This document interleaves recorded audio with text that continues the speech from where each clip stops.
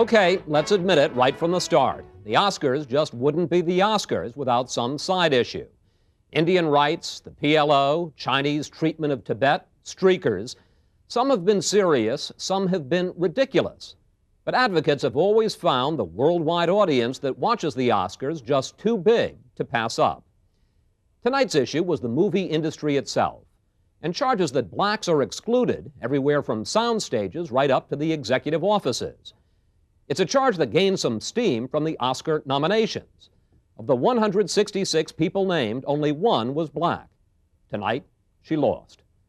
Whoopi Goldberg joked about the issue. Some people wore rainbow-colored ribbons, calling for more diversity in Hollywood. And Jesse Jackson organized protests at ABC stations around the country that were showing the Oscars. But the real issue goes beyond this one night. Blacks are 12% of the population, but 25% of the movie audience.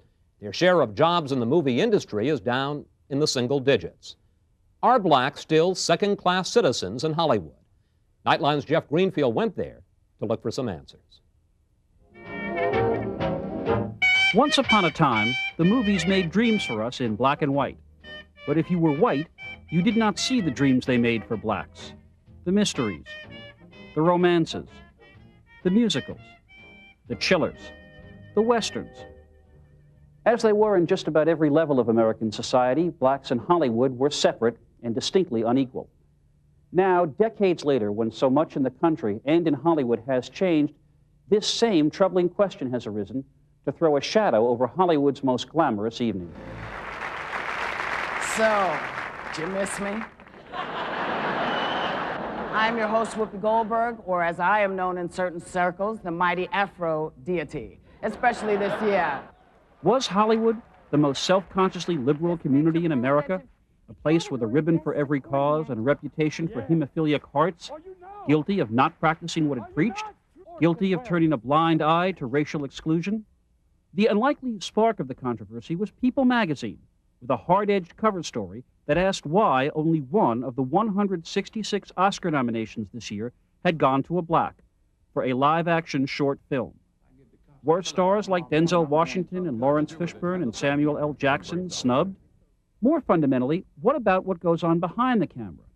Why are only 2.3% of Directors Guild members, only 2.6% of Writers Guild members, only 2% of stagehands black?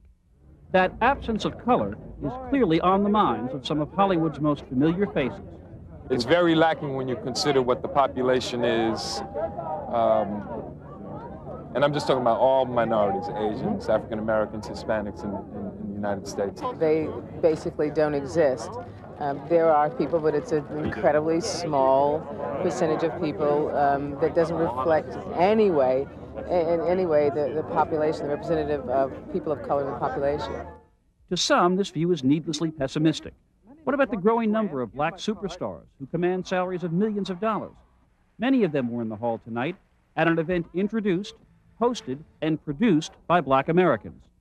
What about the producing team of George Jackson and Doug McHenry, who brought black-themed, highly profitable hits to the screen like New Jack City, which cost $5.5 million and grossed more than $56 million? What about the success of directors like Spike Lee, or the director-producer team of Warrington and Reginald Hudlin, creators of the big hit House Party? For Hudlin, the frustration is that race presents a particular dilemma that's part of a general Hollywood problem. Hollywood is very risk-averse. Hollywood is very scared of innovation, scared of new ideas. And this is from anyone. This is not a racial issue. Where it becomes an issue with blacks is almost every black film is a new idea. It's something that's never been done before. So anytime a black filmmaker wants to do anything, there's an element of risk certainly involved. Actor Tim Reed, a familiar figure to TV audiences, discovered that when he tried to find a distributor for Once Upon a Time When We Were Colored, a quiet, tender film about growing up in the segregated South. It was depicting a people in a way that this town is very rarely, if ever, given an opportunity to blossom. You know, black men and women of character, of integrity, who love their families. Hollywood, says Reed, is much more comfortable with a different kind of black image. This sort of dysfunctional urban person of rage and person who is dependent upon the government, who needs to be given something as opposed to who is capable and qualified. On the other side of the coin, Waiting to Exhale, one of the surprise hits of 1995. It cost only $15 million to make and has so far grossed more than $66 million in America alone. Not only is it a movie about African Americans that has had enormous crossover appeal, but it also breaks general Hollywood taboos. It's about women, it's about relationships. There's no, real crime or, mystery or anything else. And so we're all very excited about what that means. Indeed, in the wake of the story's success, at least 15 books by and about blacks have been bought or optioned by Hollywood. We're absolutely seeing a renaissance. We're seeing a great response to these images that are being projected by black writers as a market, and we will continue buying the books, we will continue seeing the films, we will continue even dancing to the soundtracks that are put together for these movies. But while there's good news for some authors and actors and directors, the story is different in less visible areas. Hollywood's unions, like most craft unions, have long been hotbeds of nepotism, jobs passed from father to son. And even well-known craftsmen like cinematographer Dill, who photographed the 5 Heartbeats and who teaches at the University of Southern California, finds that the frustration can be enormous, like the time a white TV executive removed just about every black from behind the camera of a TV show.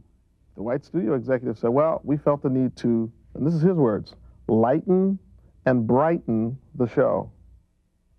The controversy over Oscar nominations will soon fade, but the answer to the larger issue is more elusive. More blacks with real decision-making power?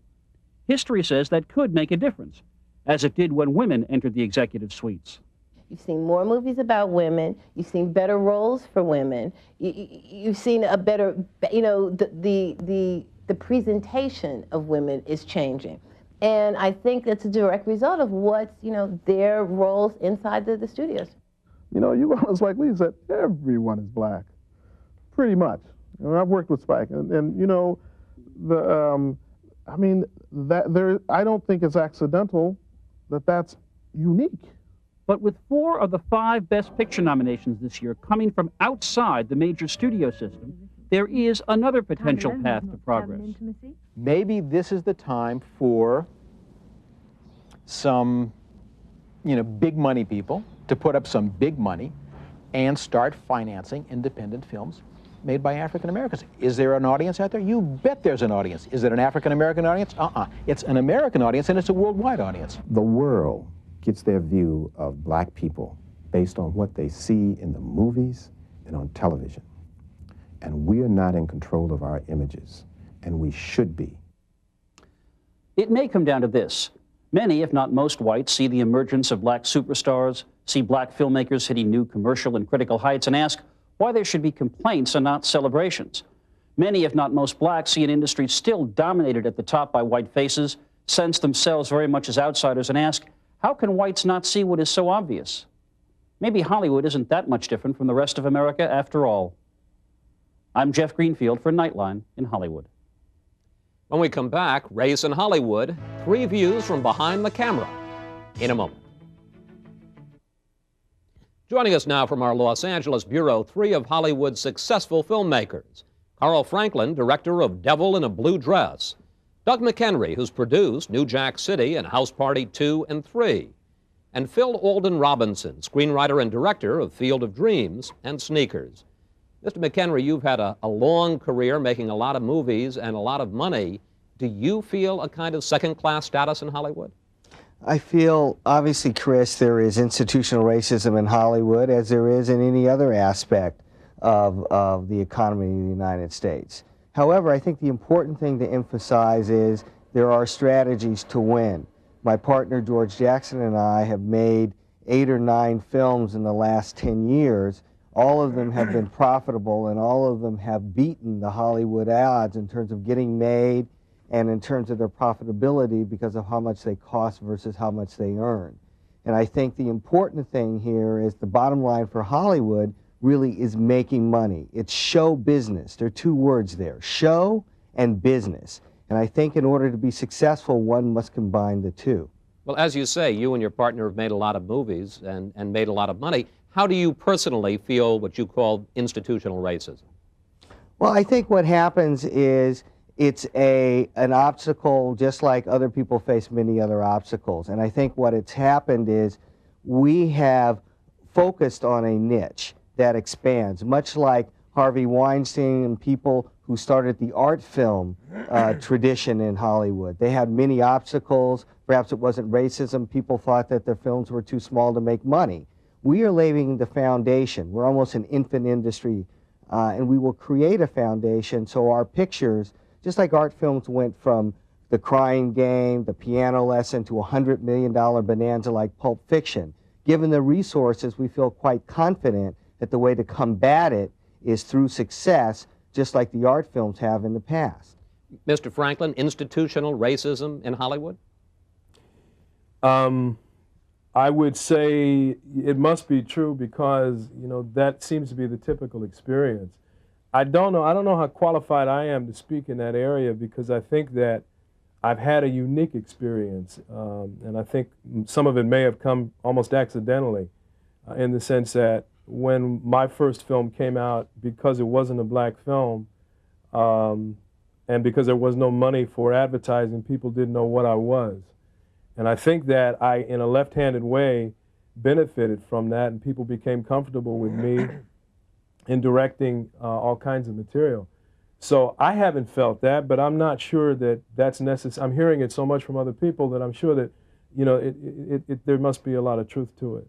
Mr. Robinson, you, of course, are a white filmmaker, but you wanted to make a movie that takes place in the civil rights era with a largely black cast. Tell about some of the problems you had. Well, basically, the problem we had is that we got the budget down to about half of what an average studio budget is, and we still couldn't get the financing for it. And we took it all over town, and the studio executives were very frank with us and very honest, and they would say, look, we don't believe that a minority-themed film is something that we can invest an average amount of money in. We don't believe there's a market out there to support it. And in these days, the international market is an increasingly important part of the decision-making process in Hollywood. International revenues account for more and more of the film's revenue stream. And it's a part of how you decide, will we make this movie? How much are we going to spend on it? But you know, that really brings us to the central question, Mr. Robinson. When that executive or those executives were saying that to you, were they being racist, or were they just taking a bottom-line mentality and the numbers didn't add up? I think race enters into it, but I think the bigger issue for them is, in fact, economics. I think that this problem will be solved when, not only when the studios open things up a little more and spend a little more money, but when the audience increasingly supports a wider array of films. Yeah, Mr. McHenry, let's talk about that. Let's talk about the image of blacks that Hollywood sends out. Is it much easier to make a movie about black gangs than about black families? Well, what's happened with our company is that we've made more movies than most people, and it's been very diverse. New Jack City was not about a gang as much as it was about organized crime. In stark contrast, we did a picture called The Walking Dead about African Americans and other people of color who served in Vietnam. We've also done comedies like House Party 2, House Party 3. We've done a love story, Jason's Lyric. We've done them all over the map. The common thread in most of these films has been, they've been solid stories, but most of the cast has been more youth-oriented. But I would like to say something about the foreign market here and about how to combat institutional racism, etc. These business decisions are very powerful. And what happens is that the business community in Hollywood must be educated. If we're making films for less, that are making a greater profit, which is in fact the case, then what has to happen is that more resources, more capital must be made available to popularize these films. And another analogy would be music, like Motown. Here you had music that was largely African American, but the music industry, in contrast to the film industry, put enormous resources to popularize that music around the world. We think that that trend will also happen with the films that we make, and we're beginning to see that. All right, gentlemen, we have to break in here. But when we return, I want to ask you all, why it is that more blacks weren't nominated tonight, and also whether, in the long run, the answer isn't black-run studios. More of our conversation in a moment.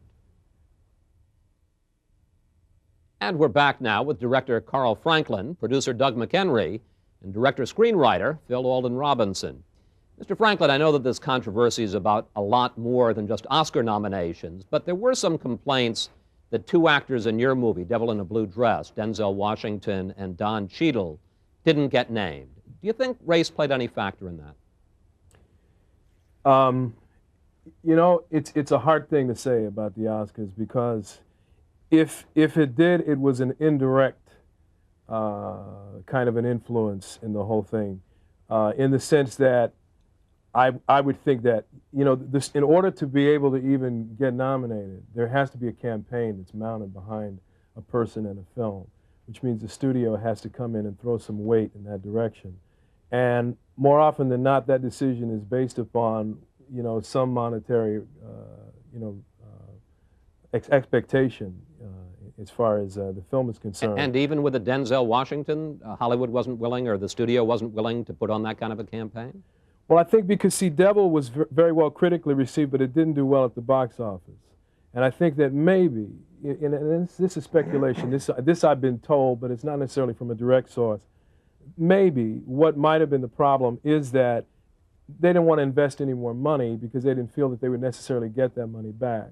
And especially when you start talking about foreign, you know, there's this whole big kind of specter that hangs over black films that we somehow don't do well abroad. I'm not so sure that that's true, because Bad Boys did quite well, and there have been other black films that have done well abroad as well.